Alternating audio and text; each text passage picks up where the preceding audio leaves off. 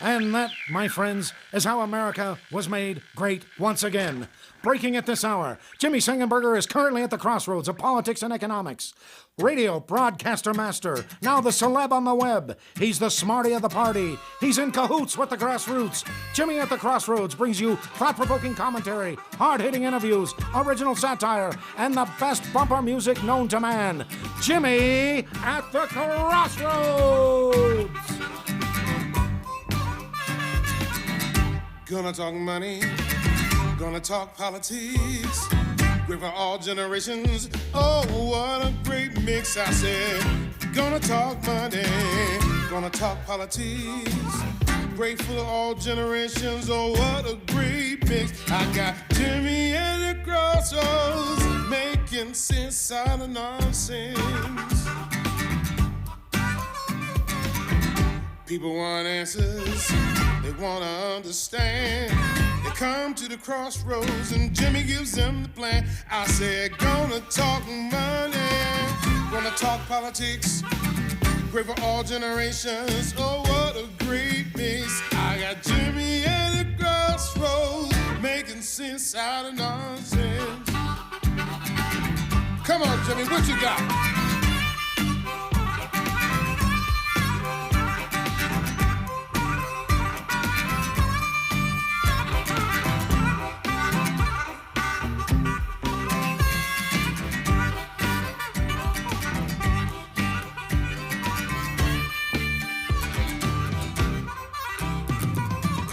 Hello, my friends. Happy Friday, and welcome to another edition of Jimmy at the Crossroads. I'm Jimmy Sengenberger, your host for the program, and it is a pleasure and a privilege to be with you, as always, here on the show in partnership with the Washington Examiner. I figured it's a Friday, so let's have some interesting conversations, some fun conversations. We'll see where we go with today's program, but appreciate you being along for the ride today. Here once again on Jimmy at the Crossroads, making sense out of nonsense day in and day out. Of course, bringing you engaging, intelligent talk, saying style. Once again, I am Jimmy Sengenberger, and boy, oh boy, has it been a heck of a week, and a stressful one at that for a great many Americans with what we have been seeing in terms of coronavirus, in terms of stimulus debates, in terms of market turmoil. I'm going to pull up here the market so we can see. Yesterday, we had another point rise. It was positive yesterday, but in terms of negativity, that's what we're seeing today with the stock market down again, as there are questions about whether or not Congress will approve this CARES Act stimulus package, relief package, whatever you want to call it, in the House of Representatives, as members of the House are scrambling to get back to D.C. in order to vote on this legislation. It is a massive, massive bill, and I gotta say, the more we're learning about it, the worse and worse it looks in terms of a lot of what it contains for goodies, for certain special interest groups, for certain programs in various districts around the country. And I love the Kennedy Center for the Performing Arts and other arts organizations, but should we be moving forward with support for those institutions? Not so sure about that. In fact, I'm sure we shouldn't be doing that. We will talk about it coming up here in a few minutes. We will also be joined in the next couple of segments by Bazzel Baz. He is a former CIA Special Operations Officer. He is also an ex-Marine, although I guess once a Marine, always a Marine. He is the founder of a group called the Association for the Recovery of Children, which actually will rescue children who have been trafficked from their captors in the dark of night without the captors even knowing that they were there. It's remarkable. He's also an actor who, on seasons 1 through 4 of the Blacklist, was a recurring character of Baz. I'm looking forward to talking with Bazzel Baz about we'll talk a little bit about being a conservative in Hollywood and what's going on in Hollywood right now, but particularly getting his insights as a military and intelligence guy on what we're seeing with regards to coronavirus, what we're seeing with China, what we're seeing with the National Guard being called up in some states, with quarantines and so forth. Will be a fascinating, fascinating conversation. But first, I want to get to our first guest of the morning. Tom Hanks was in quarantine for his 14 days. I believe he was recently let out. And we have a little bit of a conversation here with none other than Tom Hanks after quarantine. Let's see if Nathan Matoush can work that Matoush magic and pull up Mr. Tom Hanks after quarantine. Mr. Hanks, sir, are you there? Hello? Hello? Hello? Oh, come on. There's got to be somebody on this island. Hello? Hello? Yes. You're not on an hello. island. Mr. Hanks, you're not on an island, sir. You're okay. You're out of quarantine. Excuse me. Australia is an island, sir. Okay, that's true. That's fair enough. So how are you doing? Oh, well, you know, I've had better days. Let me tell you something. Like when I was landing that plane on the Hudson, I'm telling you, that was something special. Or even when I was cracking that code to save the world, yeah, I've had better days. Let's just put it that way. I wish this whole thing would get over with. I got a lot of movies to do. Now, you were in quarantine as you needed to be. Question for you, Tom Hanks, after quarantine, our guest. What do you make of Americans and others around the globe who don't want to put themselves into self-quarantine if it is necessary, like you and your wife did? Well, we weren't really put into self-quarantine. We were kind of, put into quarantine, kind of kidnapped. But hey, I'm all for it. Everybody should just take their couple of $1 million and sit tight. Most people don't have a couple of $1 million, though, Tom Hanks, after quarantine. What? Well, all of my friends have millions of dollars. They can just sit and wait this whole thing out. What? Are you telling me that we can't afford to just quarantine ourselves for 2 whole weeks and just don't go outside and don't do nothing? We've been here for a whole month and we don't have any problem. Rita and I, we went for a walk on the beach. We got our own beach right there. It's all secluded. Everything's just going great. I think most people around the globe who are having to quarantine themselves are going through some real economic difficulties, though, and don't have $1 million to just throw at their day-to-day lives. So this is really a challenge, but people do need to make sure that they are engaging in social distancing. What is your PSA, your message to people, Tom Hanks, after quarantine, to get out there in a way that is, if they have to go out in public, that is responsible and they are engaging in social distancing? Well, I recommend social distancing from people like Harvey Weinstein. That's about it. I was alone on an island for 4 years, Jimmy. I think I can handle this. I think people can handle it. I think you should just shelter with your loved ones. Have your staff all checked. Have your service staff all checked. And here's the good news: like with this new stimulus bill here, this relief bill, they're going to keep things like National Endowment for the Arts open, so you can go to the Rockefeller Center as long as you stay 6 feet away from people. I don't think they want people going to the Rockefeller Center right now, though, Tom Hanks, after quarantine. But I just have one more question for you, which is, what are you going to do next? Well, why would they put that in the bill? Come on, Jimmy. Why would they put that in the bill? I don't know. I think maybe because they have little goodie bags that they like throwing at different causes for their own special interests as politicians. That at least is what comes to my mind. But I just have one final question for you, Tom Hanks, after quarantine. What are you going to do next? Well, I'm going to get home. I'm going to get home, and I'm going to sequester myself in my 3,000, 30,000. I can't remember how many thousand square foot a mansion up in Aspen. I'm going to be fine. I recommend everybody else do the same. I would recommend that you stay away from Aspen, Colorado right now, sir, because the mountains of Colorado, and I say this being in Colorado, are not doing too well. as far as coronavirus. But then again, I guess you've had it, or might have had it. Who knows? Who knows? But Tom Hanks, Well, after quarantine, we got to let you go. But thank you so much for your time today. Really appreciate you joining us. okay. Hey, thanks for having me. Everybody, you can do this. We're Americans. We can do this. USA! USA! Oh, come on. Get on board, people.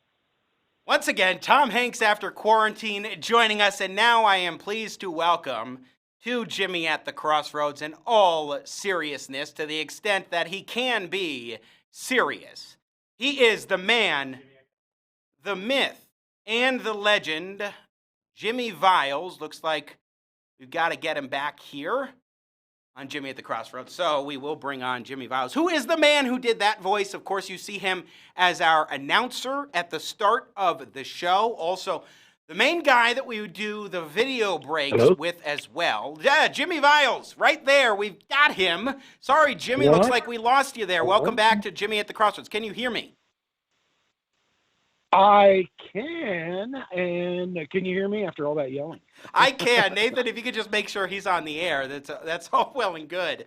All right, my friend. You were Tom Hanks after quarantine there. Thought we'd have a little bit of fun. I want to introduce one of the mainstays of Jimmy at the Crossroads. Again, the announcer at the start of the show. Also, when you see the video breaks, he's our main guy, main character guy in the video breaks, Jimmie Viles, an entertainer and voice actor in Denver, Colorado. And i.e., it's Friday, so I thought I would say hey to you and introduce you to the audience. How are you doing? I'm well. How's everybody? We doing okay down there?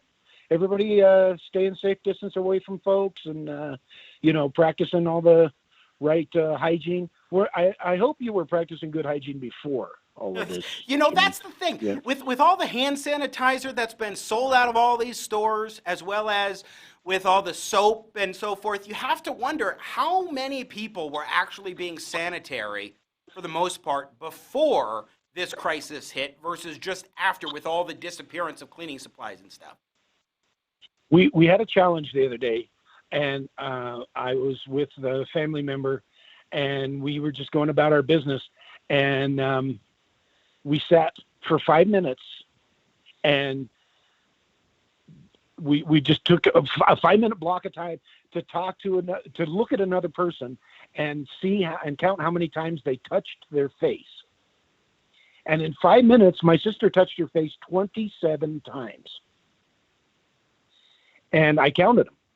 And then I said to her, now, while we're here, I want you to take 5 minutes and count how many times I touch my face. And I touched my face 21 times in 5 minutes. And you just don't realize. You just don't realize that. It's just not, especially when I'm cooking. Like I'm constantly touching my face when I'm cooking. Mm-hmm. I'm picking up something to smell. I'm wiping sweat off of my brow. I don't want to sweat in my food. It's just crazy, the habits we're going to have. Well, IE, and I say IE because you're Jimmy with an IE, I'm Jimmy with a Y. IE. And that's how we go by one another when we're having conversations. Jimmy at the Crossroads. Am I Jimmy at the Viles? Yes, you are. And not only are you Vile, you're plural, right? So more than one Vile. Since we're introducing folks to you, before we get to the serious topic of this stimulus package and some of the wasteful spending of the federal government right now, just introduce folks to yourself. Who is Jimmie Viles? You're a man of 500 voices now? I guess, yeah. Any voice actor will tell you he's the man of 1,000 voices. So I don't really pride myself on that. I pride myself on my ability to do multiple voices in a row, carry on a conversation with, for instance, 6 different Simpsons characters or something, and I can just switch from one to the other. I learned how to do that from watching Monty Python and the Holy Grail and memorizing those when I was a kid, memorizing those scenes with multiple characters. It's a lot of fun. So just for a moment, give us a taste there of a couple of the Simpsons guys. Homer and Mr. Burns, for example. Oh, Mr. Burns, I do not want to be your prank monkey any longer. Oh, but Simpson, what will I do without my prank monkey? Indeed. Smithers, get us a new prank monkey. I'll arrange it, sir. we've had a lot of fun with these. Now with these video breaks, but we've done a lot on the radio, Jimmie Viles, in terms of characters and voices. And I just want to ask you one more question here on how you approach comedy and voices.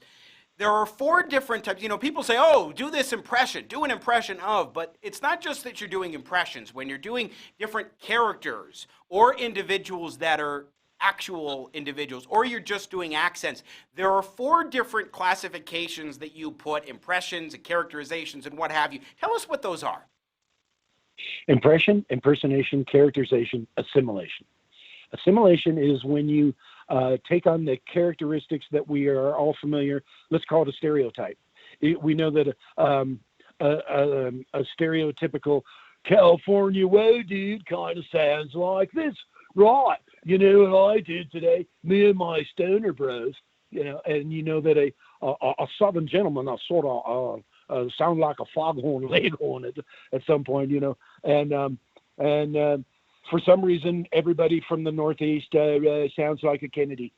So that's what I mean by assimilation. Characterization is when somebody gives you a picture of something and says, give it a voice.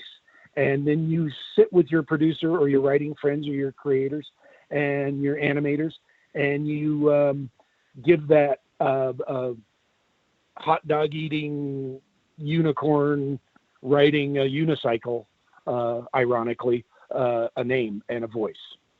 And that's characterization. And then impression is, I'm an impressionist, but not like Salvador Dali. I'm an impersonator, but not like RuPaul. RuPaul, now that's an impersonator. So he's a female impersonator. He is giving you his impersonation of what a female would be like. Mm. And an impressionist gives you an impression. So an impersonation and an impression are 2 different things. You take on mannerisms or you just do the voice. Rich Little was an amazing impression. He could sound like anybody. Sure. But he didn't look like anybody. And that's what's amazing about people like Dana Carvey. They take on the physical mannerisms. And you can ask our good friend Mark Corrigan, when he does his spot on Ronald Reagan. Oh, yeah. We've heard that Reagan. Many a time. And he has a comeback line. Reagan has a comeback line. And it's, well, and if you can go back to that, you can get the voice back. Like when I'm doing a voice and you kind of lose it. If you're doing one of these characters, if you're doing an impression for an extended period of time, you can kind of lose it. So you have to have a comeback line that brings you back to that character. And when I do a Joan Rivers, oh my God, can we talk? That's the comeback line. Oh, can we talk? Oh, grow up. That will get you right back into Joan Rivers. Gotcha. And a lot of times, I am doing an impression of another impersonator. Like I couldn't, like, again, Mark Corrigan does a spot on Trump. I couldn't do a Trump impression until I started doing an impression of Mark doing Trump. I did the same thing. I did the same thing on Saturday Night Live with all those. I didn't learn how to do, you know, George Bush Sr. Until Dana Carvey did it. Yeah. So Dana Carvey did it. And when I'm doing Sinatra, I'm doing Phil Hartman doing Sinatra, you know, to the moon. So Jimmie Viles, Jimmy with an IE, our guest here on Jimmy at the Crossroads. We have to shift gears now because we're running out of time, but we could go on and on. We often do go on and on of these conversations because you're so creative. You're an entertainer. You're a voice actor. We could go on and on about different projects and that you've done and different people that you've met and so forth. And I'm sure we will in the future. But as someone who is in the world of the arts, but also someone who is understanding the economic challenges that we're facing right now as a people, as a country, as a society, what do you make of this $2 trillion stimulus package and the fact that we are having billions of dollars, it seems, spent on different special interest projects and even arts programs like the Kennedy Center for the Performing Arts, National Endowment for the Arts, and so forth during this point in time? It's ridiculous. And take it from me, guys. I am completely broke. I am completely nervous about paying rent in a few days. I have not had a gig since before St. Patty's Day. They've all been canceled. My source of income is totally been wiped out by this. I do not think that 1 red cent of this money should go to me. I do not think, because I'm an actor, because I'm an entertainer, not 1 red.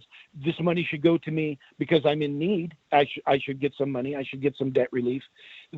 But by no means should we be giving millions of dollars to people like PBS and NPR and the Lincoln Center and the National Endowment for. Every red cent of that should be going to containing this virus and helping our homeless and helping our vets. And I'm really sick and tired of the powers that be. I'm not going to say the left or the right. I'm just going to say attaching with the biggest. It's a bipartisan bill, IE. It's a bipartisan bill. Both sides are involved in this because Republicans are saying, sure, you could spend money on these pet projects that Democrats want. And I'm sure in some cases, vice versa. Vice versa. And as I understand it, it was a lot worse before they kind of put their foot down and said, no, we're not going to allow most of this stuff. But Green New Deal stuff and punishing the airlines and NASA and, just every red cent should go to fixing this problem, not keeping that. Nobody can go to the Lincoln Center. Nobody can go to the Kennedy Space Center. No, we're not going to space right now. What we are doing is trying to contain this thing and come out on top. And America, it needs to go humanity, then America, then everybody else. Well, now, humanity includes everybody else, Jimmie Viles. I'm talking about human beings first need to get together. We need to get together as human beings. I see. And everybody get on the same page. Second of all, we need to think about America first before we think about helping the rest of the world. We've done that for thousands of years. It seems like it, yeah. And yet, nobody has ever stepped forward to help us in our time of need. So it's about time. Hey, I'm not saying that we have it horrible here. We have it great here. But it is definitely not as horrible as places like Italy, who I have a special place for in my heart, having been there. So tragic. A couple of times and everything. And what's going on in Spain, one of the most beautiful countries in the world, and all of Spain, and what's going on in Italy. That needs to be addressed before we worry about whether, who I mentioned before, has money to spew their hate and vitriol in a public forum, which is all Jimmie Viles. Do on NPR. Jimmie Viles, we've got to call it a conversation with you, but you're doing. Really appreciate the video breaks that we've got with you, as well as the different voiceover work and the announcer in the beginning. I mean, that's just so much fun. So we got a lot of exciting things coming up with you here on Jimmy at the Crossroads, just on a Friday. I mean, we need to have a little Friday fun, a little bit of levity, but also talk about some of the serious topics. And so I appreciate you joining us. And I wonder if you could please help me go to break on Jimmy at the Crossroads as Dr. Phil, because, there are two sides to something, and we're going to get to that thing when we come back. Tell us what. Well, when we do come back from the break, we're going to talk to some more experts, and we're going to find out exactly what's going on with this whole mess. I'm going to start putting some verbs in my sentences, and we're going to get to the bottom of this, because every pancake has two sides, no matter how thin you make it. When we get to the other side of the pancake on Jimmy at the Crossroads coming up. Jimmie Viles, Jimmy with an IE. Thanks for joining us on this Friday. Really appreciate it, my friend, and the opportunity to introduce you to our audience. Was my pleasure, sir. Anytime. Good luck. Everybody stay safe. Indeed. Once again, Jimmie Viles, entertainer and voice actor, joining us here on Jimmy at the Crossroads. We will now take a break, and when we come back, you do not want to miss this, we will talk with former CIA Special Operations Officer, former Marine Corps officer, former actor, or maybe future, who knows, on The Blacklist from seasons 1 through 4. and the man who founded the Association for the Recovery of Children, Bazzel Baz, will join us. You do not want to miss this important conversation. Excellent insights and some fascinating, fun insights as well at Hollywood and more.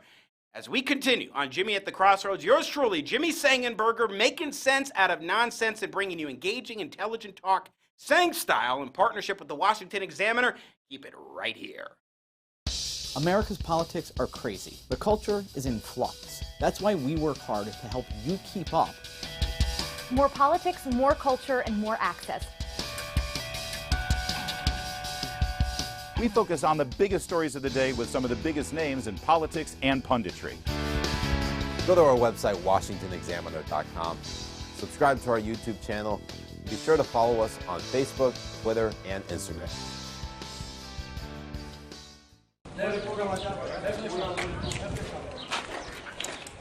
The Middle East is a complex and complicated place. What's remarkable right now is how the Trump administration has come in with a very fresh perspective and put forward a plan to achieve peace through prosperity. Previous administrations had always focused on trying to solve the Israeli-Palestinian conflict and then normalizing relations between Israel and the broader Arab world. Well, the Trump administration has kind of turned that idea on its head, Jared Kushner, Jason Greenblatt, and others, and have been working behind the scenes to bring the Arab powers, especially in the Gulf, together with Israel and really get their buy-in and support and build those relations out more, and then be able to solve the Israeli-Palestinian conflict. But if President Trump goes ahead with his policies of strengthening the economy on the West Bank and even in Gaza, despite the presence of Hamas there, I think the people's attitude will change to the positive and would be more likely to accept a peace accord between them and the Israelis. So in the economic part of the plan, they want to raise $50 billion of foreign direct investment into the Israeli, the Palestinian economy, and then also the Lebanese, Jordanian, and Egyptian economies, so that there can be more integration broadly between all of those. But they want to provide the capital necessary for businesses to flourish, for job creation. They're doing this across all sectors of the economy. They're also trying to work on governance issues, property rights, rule of law, things like that, so that the investments can be safe and the investors can rest assured that their investment is protected. How do you think the economic prosperity that this plan would hopefully bring about could disincentivize millennials and younger people who are in the Middle East from starting to get involved in terrorist groups in the future? I mean, the State Department, the government's done many research studies, and it's pretty conclusive that terrorist groups thrive where there's poverty, where there's low education, low literacy rates. They thrive on preying on people like that to enlist them in their cause of Allah or whatever they're claiming to stand for. So the more we can expose them to education, increase the literacy rates, increase the economic opportunities, the less likely they are going to want to join these terrorist organizations. When we present these business opportunities, and they just see that peace is going to be a all-around better solution for them to work between the Israelis and the Arabs working together, they're going to see it's going to create a more prosperous future. As I talk to Arabs and Israelis, friends of mine, there is a changing attitude among both of them, and God willing, there will be peace with the economic policies and the strong foreign policy by the Trump administration.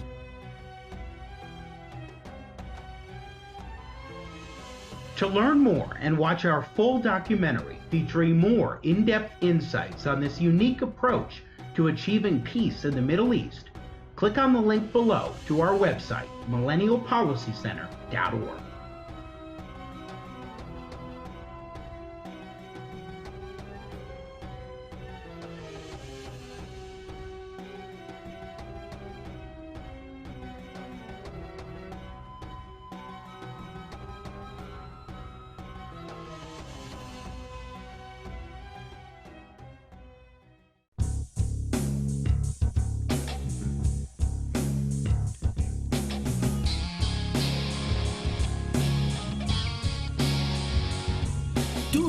to play? Do you yell out, spark? Do you put in pauses when you talk? Do you start real soft and then go real loud? Have you won 2 Emmys? Do you love a crowd? Whatever makes you feel like a Shatner. Yeah, you got lots of macho and swagger. You had alien affairs. You sing bad but no one cares. You find low airline fares. If you like to work, got a handsome smirk.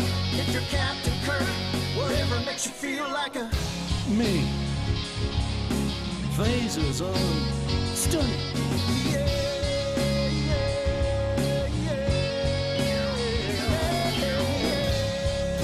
Whatever makes you feel like a Shatner. I love that from our friends at Critical Mass with Jimmie Viles, who we just introduced you to in the last segment, doing Captain Kirk there. Gotta love it. Welcome back to Jimmy at the Crossroads. I'm Jimmy Sengenberger, your host for the program, bringing you engaging, intelligent talk, Sang style, in partnership with the Washington Examiner. And for the next couple of segments, we're going to have a wide-ranging conversation on a number of different topics related to coronavirus and COVID-19, what we're seeing with China, what we're seeing with National Guard in some states being called up to support the police and enforcing quarantine policies and what have you. We'll talk a little bit about being conservative in Hollywood and more with our next guest here on Jimmy at the Crossroads. Once again, Jimmy Sengenberger, your host for the program. Bazzel Baz is an actor from The Blacklist, one of my absolute favorite shows, which I think returns today, although unfortunately, I don't know if his character of Baz, go figure, his name on the show is Baz, was actually killed off in season 4 or not. We'll talk about that later.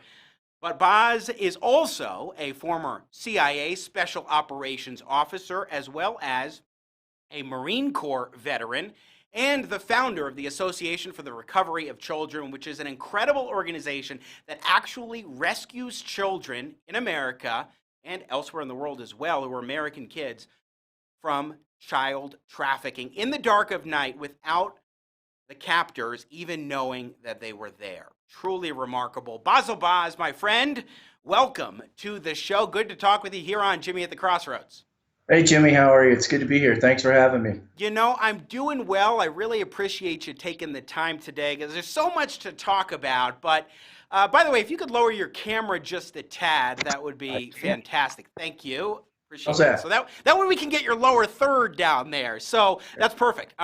Let me just ask you, tell us a little bit, please, about your background from the military and CIA side, because that's especially where I want to take the first part of our conversation, is on some of the national security components of this. And also the question of the idea, I mean, there are a lot of people talking, could we get martial law, that kind of thing, because of all the quarantines going into effect, government shutdowns of the economy and so forth. But tell us a little bit about your background, Baz. Sure, Jimmy. I think a lot of people know I'm a former Citadel graduate, former captain, United States Marine Corps counterterrorism officer, and in 10 years in the CIA with what's called SAD, Special Activities Division, ground branch and maritime branch. And I got out in 1996 when I realized, at least for myself, there was something bigger than overthrowing small governments, and that was the rescue of American children. So there you have it.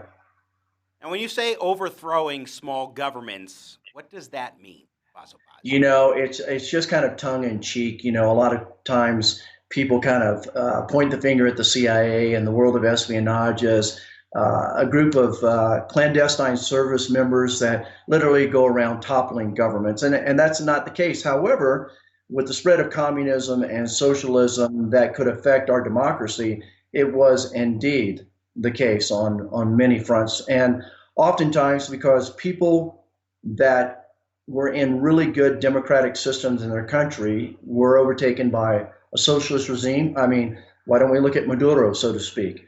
And the people were crying out for some kind of help because they realized that living under a socialist system was just a burden they could not handle. Plus, they had no freedom of speech. They have no freedom of anything, actually. And we look at that in Venezuela now. And so they reach out to the free world, so to speak, and ask for help. And of course, the president's secret hand are generally members of the Special Activities Division that go in and put certain things in place so that bad guys can go away and good guys can come in. Most of the time it works. Sometimes, historically speaking, you can't predict if a good guy is going to become a bad guy like Noriega did. But overall, I think that the agency and the U.S. government has a pretty fair history of doing a lot of great things for a lot of people that are very grateful for getting their freedom back. Let's put on your counterintelligence hat for a moment in this regard, Bazzel Baz, and that is, so China, that's the place where we saw coronavirus, this novel coronavirus, COVID-19, begin in Wuhan, China.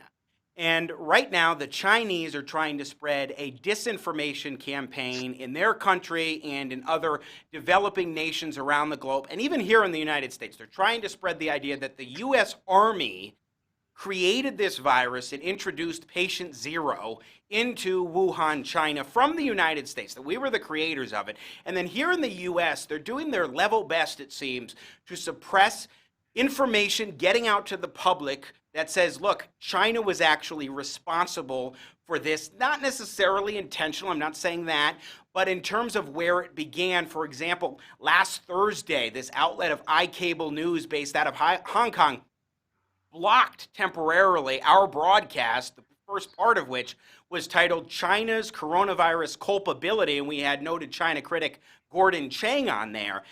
And it was blocked for a few hours, and I went through all this rigmarole of disputes. 2 other times that same outlet tried to block our videos. Thankfully, Facebook responded very quickly, the second time and the third time in getting it back up there.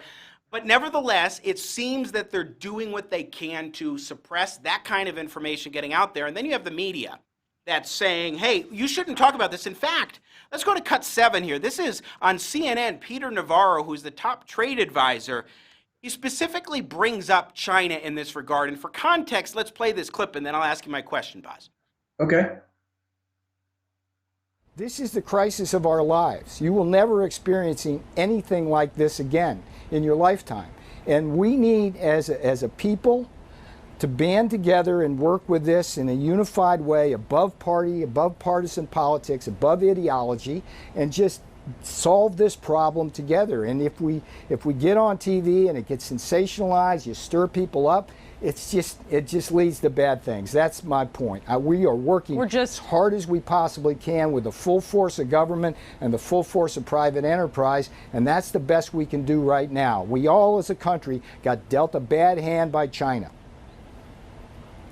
Peter, that is just a waste of time to say that. I'm going to leave it there, Peter Navarro. No, hang on. We're just trying to get our hands around the. Peter Navarro. Why is that's that a waste We're out of time to say that? We're out of time, and that's just okay. That's ridiculous. Good to talk Peter with Navarro, you. I'll come thank back you so anytime. much. Peter Navarro from the Trump administration. Now, I don't know if that was an appropriate context to bring it up, but you do have the media trying to say consistently, this is irrelevant, don't talk about it, but it's not irrelevant to China, Baz. Tell us what you make of this discussion, and if you think it is important to at least acknowledge where it began, especially because the Chinese are trying to say something false. Yeah, Jimmy, thank you. I'm a former NBC officer, which stands for Nuclear, Biological, and Chemical Warfare Officer out of the Marine Corps. So I'm not the best expert on it, but I do have a little bit of knowledge. And then coming out of the intelligence community, I think I could shed a little bit of light on a few things with regard to not only those comments, but where we are. I think because we have had an economic alliance to some degree and strongly flourishing more under the Clinton administration than any other time. I mean, if I'm not mistaken, there was a time where actually Bill Clinton wanted to actually sell the Port of Los Angeles to the Chinese, and that was stopped. And it was such a mystery to a lot of people. Why would you do that? Particularly if we study the history of the Chinese, we understand that they're not the good guys. I know there's a lot of people want to be, we are the world and we're all kumbaya, but that's not the case. And so when we look at the Chinese in the market, or the economic market, we've gained this familiarity with them, and we've mistaken that for friendship. And that's absolutely not the case. From the intelligence community, the Chinese are still the enemy, very much so. And so the question is, are they capable of somehow creating problems economically, military-wise, and the list goes on and on and on. If you take a look at the expansion of China in North Africa and literally the raping of the earth there, they will stop at nothing. So when we look at this and this growth of power, and by the way, if I may say this, is that most people see Beijing or they see Hong Kong and they see all the beautiful buildings and all the beautiful lights, but they don't get to see the rest of the China that's sitting in poverty right now, okay? So their system of government is very oppressive to its own people. I mean, we disregard the lives that are lost in China by the Chinese government the abortion issues, the murder issues, the list. The Uyghur Muslims in concentration camps right now, legitimate concentration camps. Yeah, exactly. All of it. Muslims, Christians, whatever it may be. I mean, they're persecuted. So, but because we have an economic alliance, so to speak, around the world, and we can, there are people that make a lot of money by using China as an ally, so to speak. We kind of look the other way. So all of a sudden now we have this coronavirus that was generated out of China, and we know that. We absolutely know that. We ask the question, is this biological warfare of some sort? Did they launch it intentionally? Or were there other alliances, global alliances, that for whatever reason, particularly now with a Trump administration that is really digging underneath a lot of dirt to expose things and people like the deep state, were they complicit in the spread of this? So without getting into like some conspiracy theory, all I'm saying is this, is that there are people that want China to thrive still. There are people that don't want to point the finger at China because guess what? They have investments in China. They have alliances in China. So when I see things like the interview with Navarro and I basically see CNN and cut him off, then it makes me question what they're really after. They want him to say what they want him to say, and he didn't say what they wanted him to say. He basically told the truth. And so it is a time where, and I'll be honest with you, where in the United States, and I highly disagree with, even though it seems to be a global issue, this is not a moment for opportunists to come in and go, let's establish a global government, a global task force to handle this. Here's my recommendation. It's affecting the United States. Bite off as much as you can chew in the United States. Let's handle our ground first, whether we have to contain, quarantine, whatever. Let's get our country safe before we try to go out and resurrect the entire world. Because if we try to do that, then what that actually means is the president and this administration are relinquishing their power to somebody else in the world. And quite honestly, the rest of the world doesn't necessarily think like us. Does that make sense? Yeah, no, I follow along completely, Bazzel Baz. Again, our guest, former CIA Special Operations Officer, as well as a Marine Corps veteran, and maybe former, I would love to see future actor on the Blacklist, the self-titled character, I gather, of Baz. I want to shift gears here a little bit to another aspect of this. I mean, we have seen across the country National Guard being called up in one form or another in all 50 states. Now, some people have wondered, does this mean that martial law is going to be going into effect in state after state after state across the country? It seems that there are a number of different things in reality that the National Guard may be up to in different communities around the country. Could be providing, as is the case in some areas, support for police who are very burdened right now because they've got to enforce these quarantines while also addressing criminal matters and so forth as normal. But then also there are different supportive roles that the National Guard can play. What do you make of those call-ups of the National Guard by governors in various states at this point in time? If we stop and think about all the times we've had some natural disaster, whether it was Katrina or an earthquake or a tornado in Oklahoma, the National Guard have always been called up. They're always called up. So that's now the media. A lot of the media is actually fueling the fire and creating a lot of I think not only mystery around this, but actually taking a bedtime story and making it into a full feature-length movie. We just have to stop and realize that's what the National Guard do. They've always done that. So before we get too far ahead of ourselves, we just look back and go, wow, I'm glad the National Guard's there. Now, with that said, we generally establish martial law when we know that we don't have enough National Guard, we don't have enough law enforcement to actually curtail criminal activity. So, for example, the country is in a state of turmoil, and now all of a sudden you have rioting and people killing people and all kinds of stuff like that. And so you establish martial law to establish a curfew, to keep people off the streets, to monitor that, and to help that. And in many cases, if the members or the people of that state don't have their act together and they're not helping each other, then what you can have is cause what you and I have discussed before. It's not civil war, but it's a civil disturbances, so to speak. And Civil I think unrest, sure.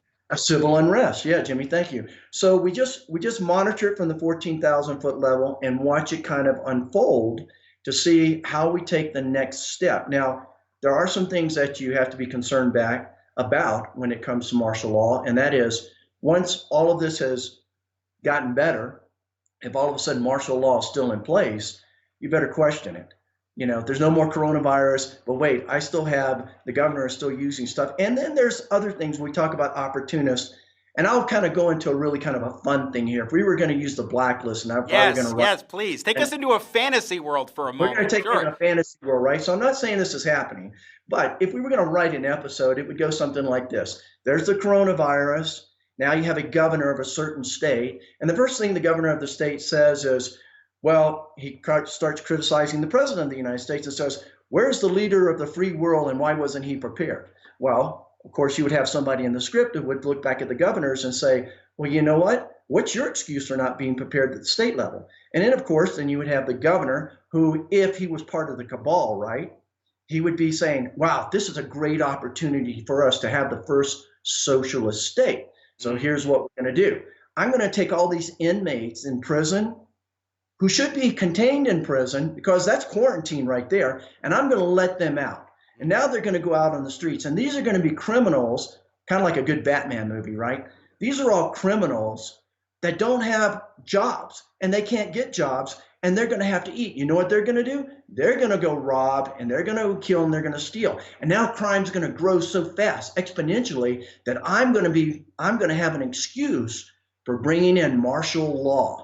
Now I bring in martial law, and the next thing you know, we have 1 state, 2 states, 3 states within the United States that are now socialist, mafioso, cabal controlled, and now the federal government they really got their hands full in the episode. And now what do they have to do? The federal government has to launch the military to go against the bad guys in that state. And then you know what you get? You get civil war. So what would Red Reddington do? Red Reddington would probably hunt down all the bad guys, you know, whether it was the bad governor or the bad contacts of the cabal. And of course, you know what Red would do? He would eliminate all of them, of course. That would make a really cool episode. Oh, no, it would. In fact, he'd probably be warning the task force and saying, hey, guys, this governor is ready to go rogue and get his National Guard moving in these ways and do this and do that, and they'll try as hard as they can to thwart the operation before it happens.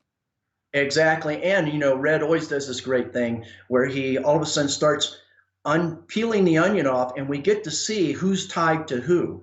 You know, the governor is tied to some globalist, and the globalist is funding, you know, the bad guys in the Department of Homeland Security that were put in place by 3 administrations prior to. And, you know, we get to see it all unravel, and we get to say, whoa, it's deep, it's dark, it's 4 layers down.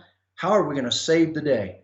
That's kind of a Red Reddington moment. The best part of this episode, though, is when Red discovers that Baz is actually alive.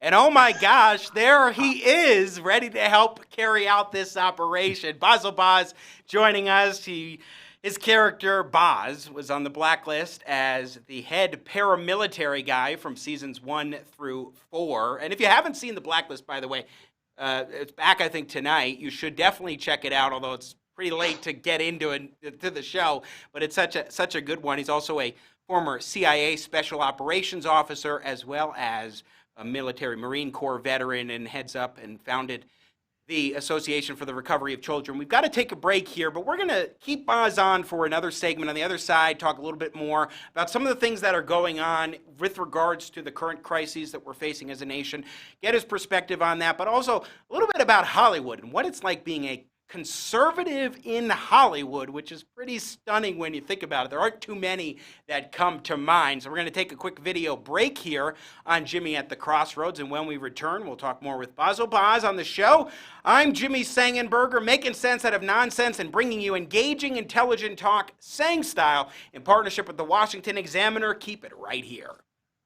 America's politics are crazy. The culture is in flux. That's why we work hard to help you keep up.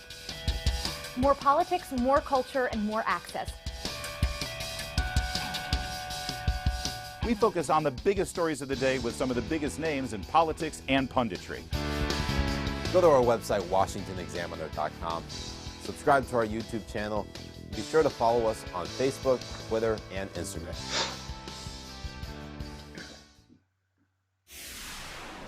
And now, the further future adventures of Starship Winkler. The captain finds himself up against a worthy adversary, a meteor maid. Oh, come on. I was only in there 2 parsecs. You can't double park here. You're in a twilight zone. I didn't see the signpost up ahead. Plus, your plates are expired. Hold on. I've got an idea. This is not the double-parked starship you are looking for. This is not the... Oh, come on, really? You're gonna try and pull mind tricks? What do I look like, a Gungan? Misa thought it would work. Here you go, Captain Schnook. Ah, womp rats. A summons? See you in court. You mean I gotta come back all the way across the galaxy? Oh, look. This is right in the middle of Ponfar. And if I miss it, it's another 7 years. Tough tribbles. Well, was the captain really parked in a twilight zone? Will there be a twist ending? Tune in next time when we hear... Look, maybe we can, work something out. What do you have in mind? A couple passes to the Space of Palooza Festival, free parking. I will see you in court. You will pay in full. Sign here, please. You will see me in court. I will pay in full. I have signed here. Thank you. Have a nice day. What the How does she do that? On Starship Winkler. So, I'm here, Jefferson Quincy Washington III, Esquire, at your service.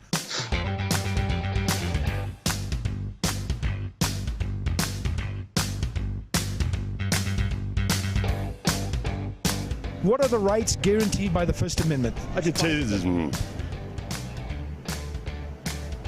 I have no idea. First Amendment. What? I think she said freedom of... It's freedom of roofies, yes. I don't know what that means. She's... Home ownership. Sorry. Right to liberty, just pursuit of happiness. Home ownership. That's property is.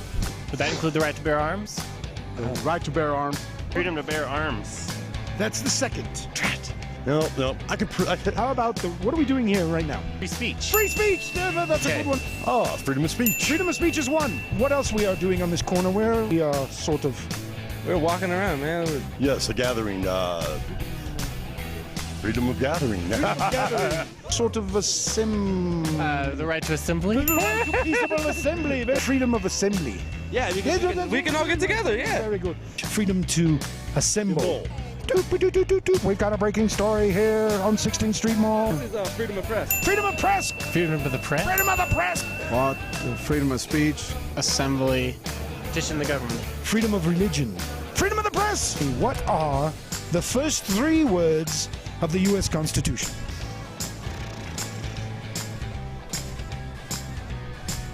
I don't know. Repeats after me. We believe in God. We the people. Very nice, she's got it. We the people.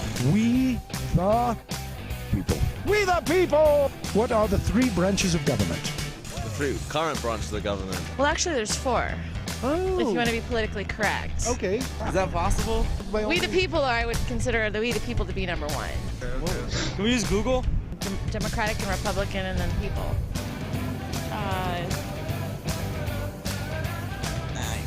I don't know. Dang, hold on, I know it. You have Democrats, you have federal, state, local.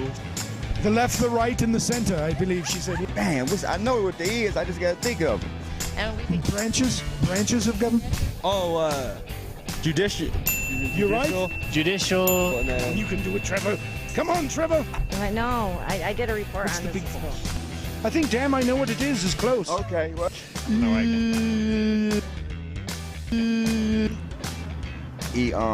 Legislator. Yeah. Legislative and the what's the presidential one? Oh, it start And the boss of the country is called the Executive. And President Obama is the executive. Executive, judicial, and legislative. He is good, ladies and gentlemen.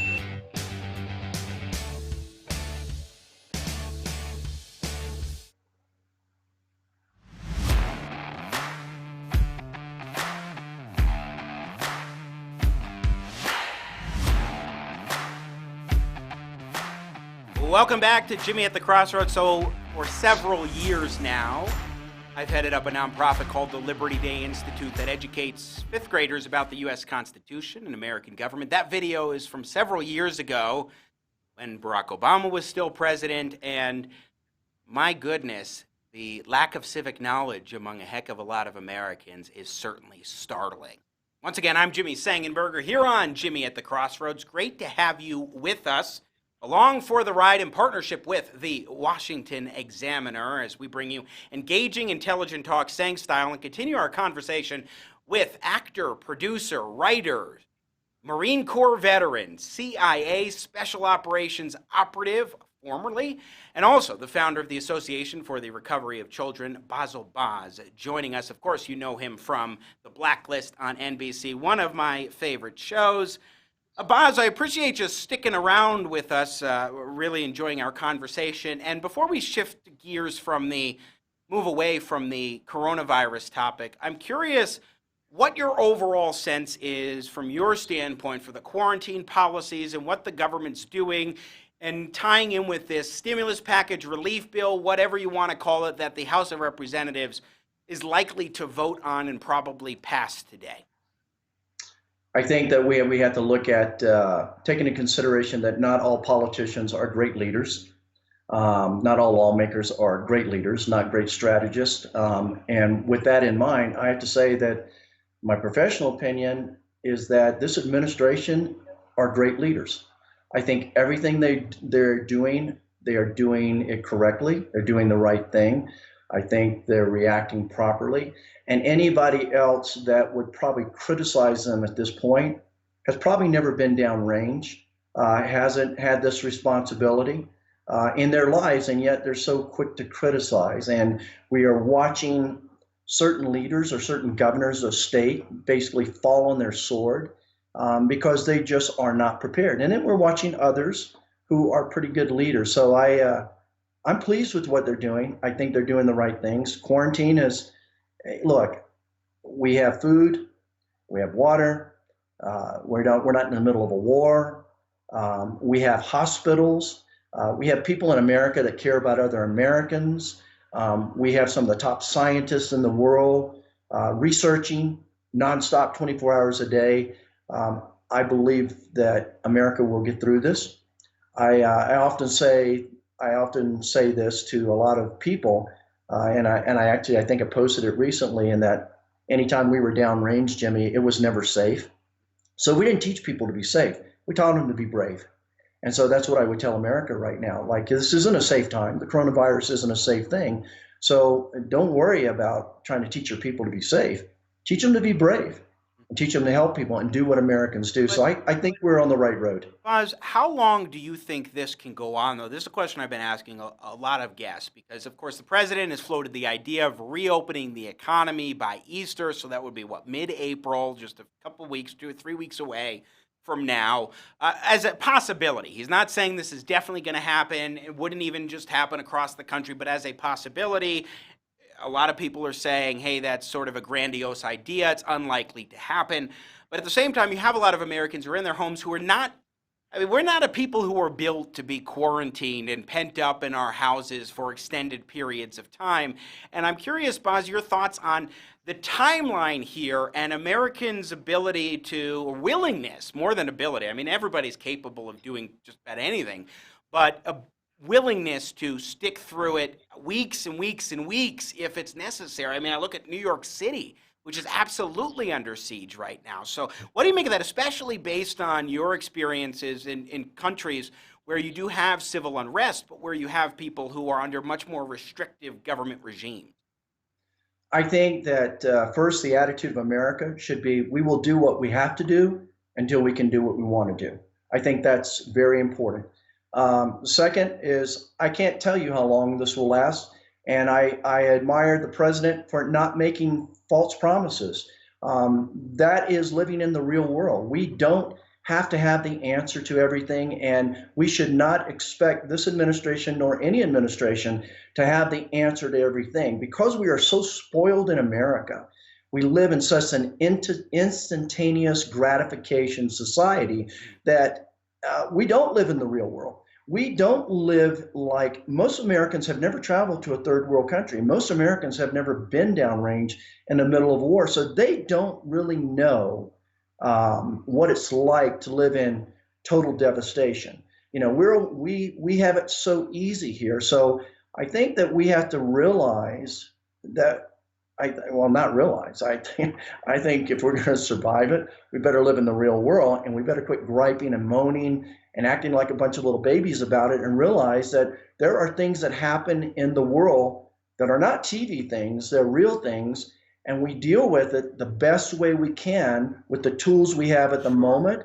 And we should not expect by any means to just take a pill and this be gone. If it does, we'll be grateful for it. If it's not, you should be prepared to do what you have to do until you can do what you want to do. But this point keeps coming into my mind, which is that we are also a society of liberty. And the idea of an extended period of time where government puts these restrictions on individuals, making them unable to do things, see their families, for example, and what have you. I mean, I understand the necessity, and I'm not saying that it's the wrong policy to go with. It's just the notion that for an extended period of time, you will put Americans into this sort of box of their homes with limited reasons that they're able to or permitted to go out and see the family member or to go to the store or whatever that the limited allowance is for you to exercise certain freedoms.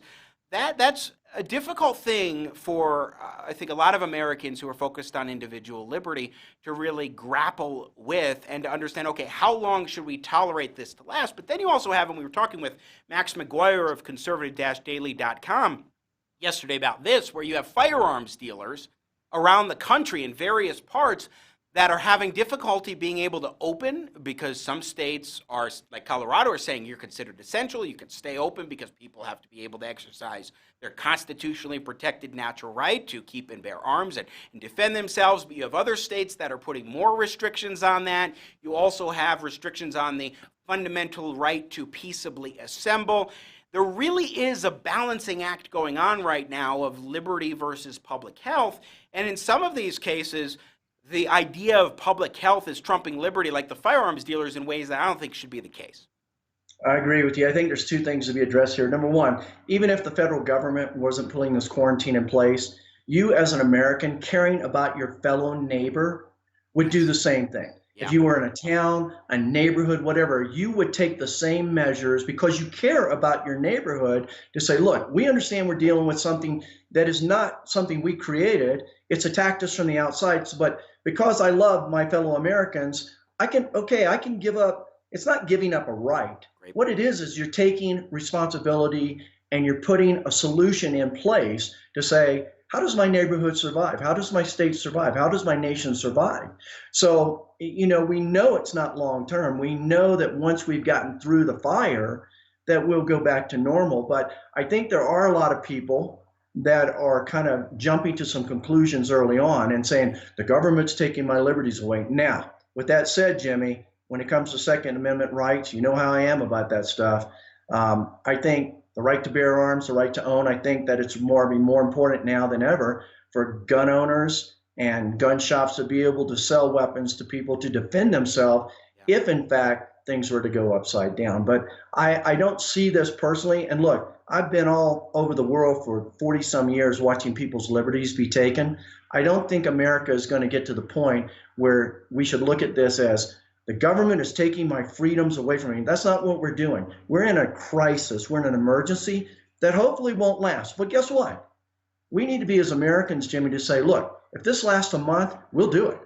If this will last for 5 months, we're going to do whatever it takes until we get rid of this to save our country. That's the attitude we have to have. Sure. Well, although in some cases, like with regards to the inability in some areas to get access to firearms so that you can exercise your constitutionally protected right to defend yourself, that is an instance where you have government going too far, and we agree on that. I want to bring some breaking news here that the House of Representatives has just passed the $2 trillion coronavirus stimulus package and is sending it on to President Trump. And I want to play a couple clips from yesterday because, Baz, this has gotten really political in ways that are unfortunate, where you have money that is going to special interest groups and certain arts programs, millions of dollars in many cases to the Center for the Performing Arts and what have you. But there's also political sniping that has been going on amidst all this. I want to play cut one. This is Speaker Nancy Pelosi yesterday holding her weekly press conference and what she had to say about how the Democrats did a jujitsu move in getting more wins for workers. Last night, as you know, the Senate passed important legislation. We're very proud of the product. We think it is, we did jujitsu on it, that it went from a corporate first proposal that the Republicans put forth in the Senate to a workers first, Democratic workers first legislation. All the loss that we have in our economy while still addressing the emergency health needs that we have in our country. And next, we'll go from emergency mitigation to recovery in terms of where we go to grow the economy, to create more jobs in light of the reality that we've just been through. So right now we have the legislation that will come to the floor tomorrow. I anticipate and feel certain that we will have a strong bipartisan vote. And then you had House Minority Leader Kevin McCarthy, this is cut two, immediately responding to Speaker of the House Nancy Pelosi, saying there's no way, that's nonsense what she's saying in regards to a jujitsu move. A few minutes ago, the Speaker stood at this podium and claimed that House Democrats did what she called a jiu-jitsu to change the bill. That is an outright lie. The fundamental portions of this bill has not changed since Sunday. 4 months for unemployment was already decided on Sunday. The grant to keep employees hired on small business was already decided on Sunday. The only few additions were funding of things that had nothing to do with the coronavirus. Was that worth holding it up and more people being laid off? More people losing sleep? More people wondering if they can continue? Those are the type of games that have to stop in Washington. Bazzel Baz, I know that you do Aikido. I don't know if you do jiu-jitsu as well, but what do you make of a politician like Nancy Pelosi in the middle of a crisis going out there and saying, hey, this was a jiu-jitsu move to get more gains for workers, and then you have McCarthy coming out there and saying, wait a second, you did no such thing. Most of those claims that you're asserting were already things figured out as of Sunday. Yeah, I called Washington. As you know, I have some pretty good contacts in Washington. I called, and McCarthy is exactly right. And I'll tell you what I believe occurred. When Nancy Pelosi, and by the way, I'm going to tell America this, I wouldn't believe a word that comes out of her mouth, and I don't trust the Socialist Democratic Party any longer. They are filled full of lies. Look at what they constantly get caught in lies. It has become such a nasty habit to them that they actually are legends in their own mind. They actually believe their own truths. And what I believe happened was after they tried to sneak all these other things in, they got caught. And the American public saw them get caught. and they got embarrassed. And so they tried to backpedal. And what you see her doing right there is exactly that. The same thing they always try to do. They try to take credit. They try to not take responsibilities for their lives. And quite honestly, it's not only infuriating, it's disgusting that we would have a situation like we are right now, the president and the staff basically trying to help American people. And McCarthy's exactly right, that they would jump in politically and try to stop the process. It's wrong. It's almost, Jimmy, forgive me for saying this, I think that it's treasonous, to be honest with you.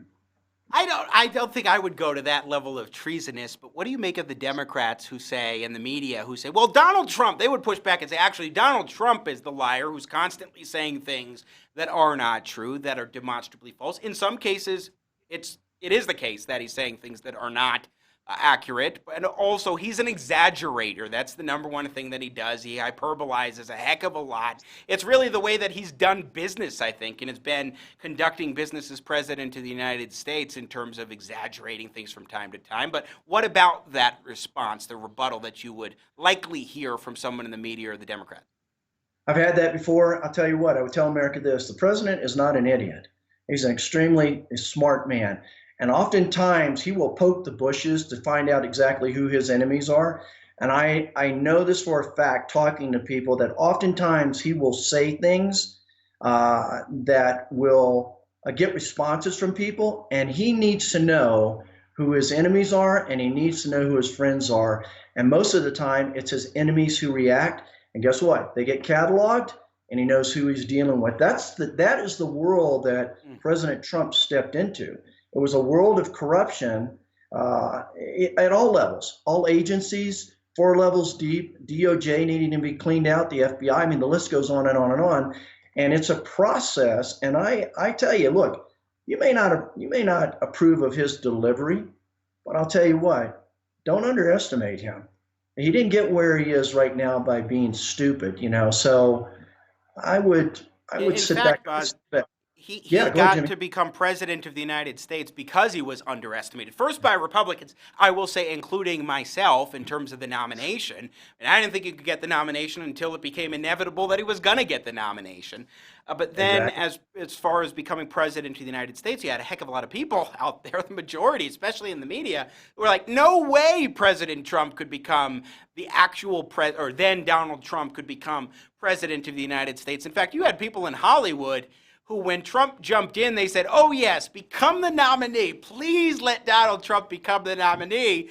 And not only did he become the nominee, but eventually became president of the United States. But I have to note something here, which is that you're a Hollywood actor, producer, and writer. And you're making these strong claims against the Democrats right now, and very strong assertions in favor of President Trump.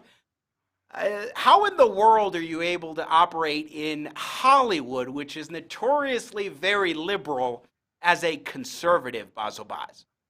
Well, you'd be surprised at how many conservatives actually work in the film industry. Some of them speak up, some don't. You've got guys like, look at Mark Burnett, a good friend of mine, running over at MGM. He's a devout Christian. He's somewhat conservative. Mark doesn't get political. And I can't speak to his views on politics, so to speak. But there are many other guys. There's Gary Sinise, and there's other people that are there. And what we're learning is there are a number of us in Hollywood that could care less what people think about our views. If they are allowed to have their liberal views, then why can't we have our conservative views? And actually, Jimmy, believe it or not, I'm greatly respected by a number of directors and studios and people that see value in the way I think and way I act. But what I come to Hollywood with is my Citadel background, my Marine Corps background, my CIA background. Expertise. And with my CIA background, as you know, most of us that were in the agency still have access to what's really going on. So you have people that pontificate in Hollywood. Most of the time, they do it for exposure for their career. And then there are we in Hollywood who just want to work and love the people we're around in Hollywood. And there are a lot of great people in Hollywood that are in the film and television industry. And we try to just hold our ground. and those are our beliefs. And so what we're able to do is compartment. My job is my job. My life is my life. And so I find my value in who I am, not what I do. And people in Hollywood understand that about me. And so that actually makes me a pretty good candidate to work with because they know I can separate the few. I'm not going to use my acting career as a platform in the middle of receiving some kind of award or something to talk politics, so to speak. Yeah, can I make a point about that? Yeah, I think watching Hollywood actors and actresses go on stage at these award ceremonies and pontificate on politics, it frustrates the heck out of a lot of people. For example, my mother loves watching these Hollywood festivities and seeing the actors get their awards and so forth, or musicians and what have you.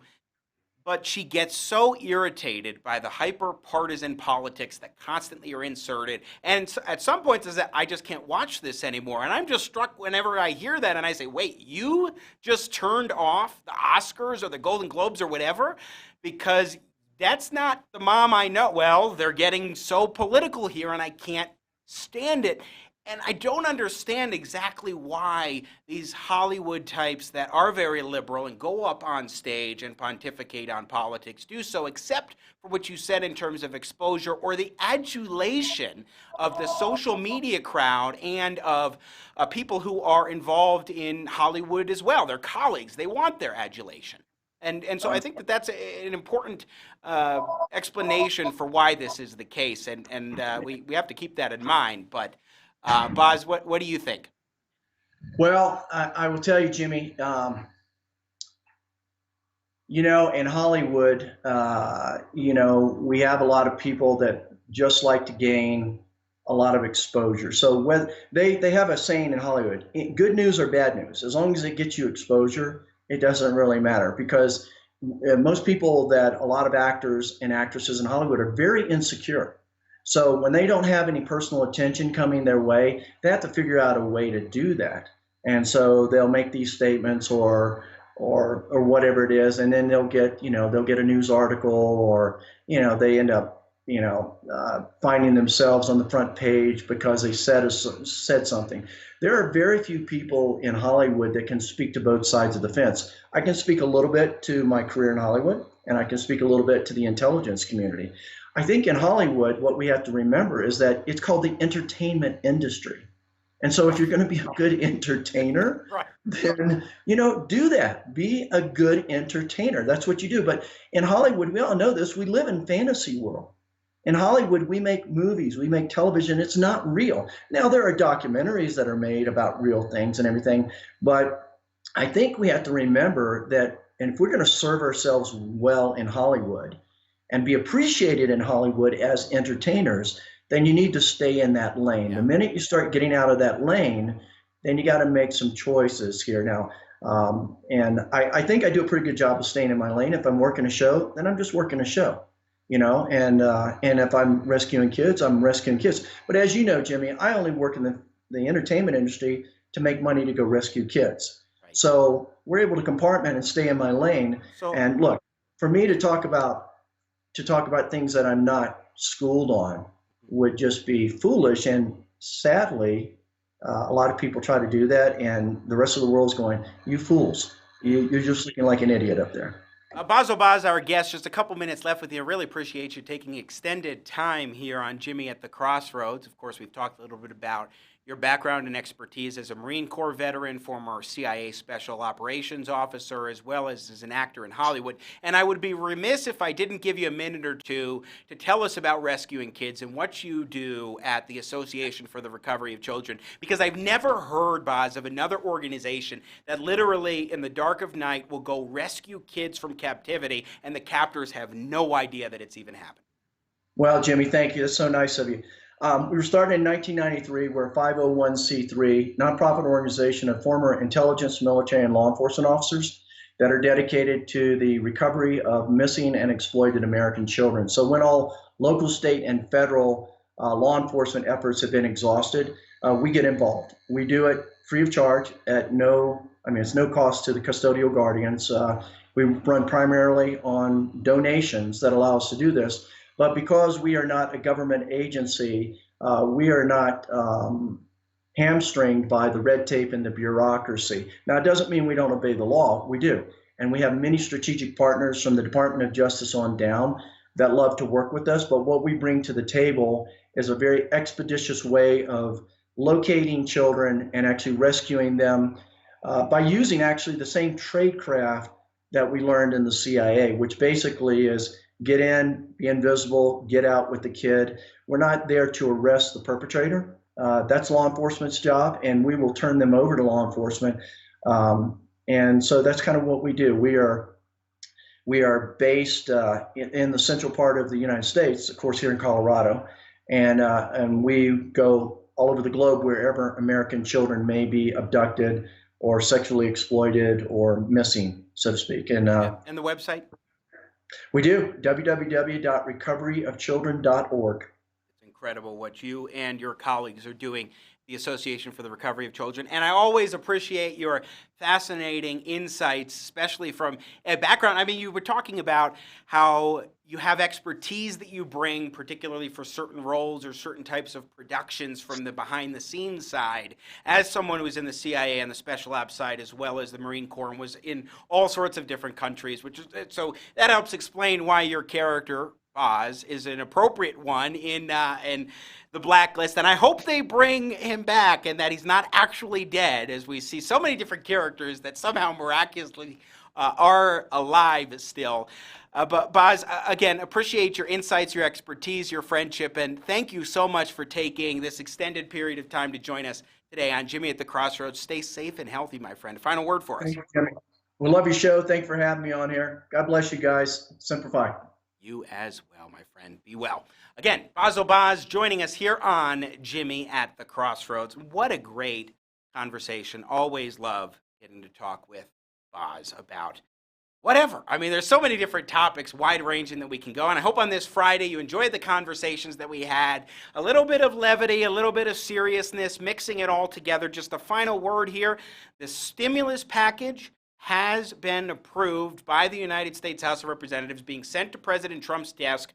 And I guess any time now he will be signing that bill and making it into law. $2 trillion in spending provisions, some good provisions, some bad provisions to be sure, but also $4 trillion in new liquidity powers for the Federal Reserve. That's a lot of money. We're talking a $6 trillion package, a third of the economy. And my goodness, it is really something to think about what's going on here. We will keep on top of it day in and day out on Jimmy at the Crossroads. Next Monday, we will be starting earlier at a more consistent time, just after 10 o'clock Mountain Time, 12 p.m. Eastern Time, so be sure to tune in then. Also, on 710 KNUS, for those of you in Denver, I will be hosting tomorrow evening, 5 to 8 p.m.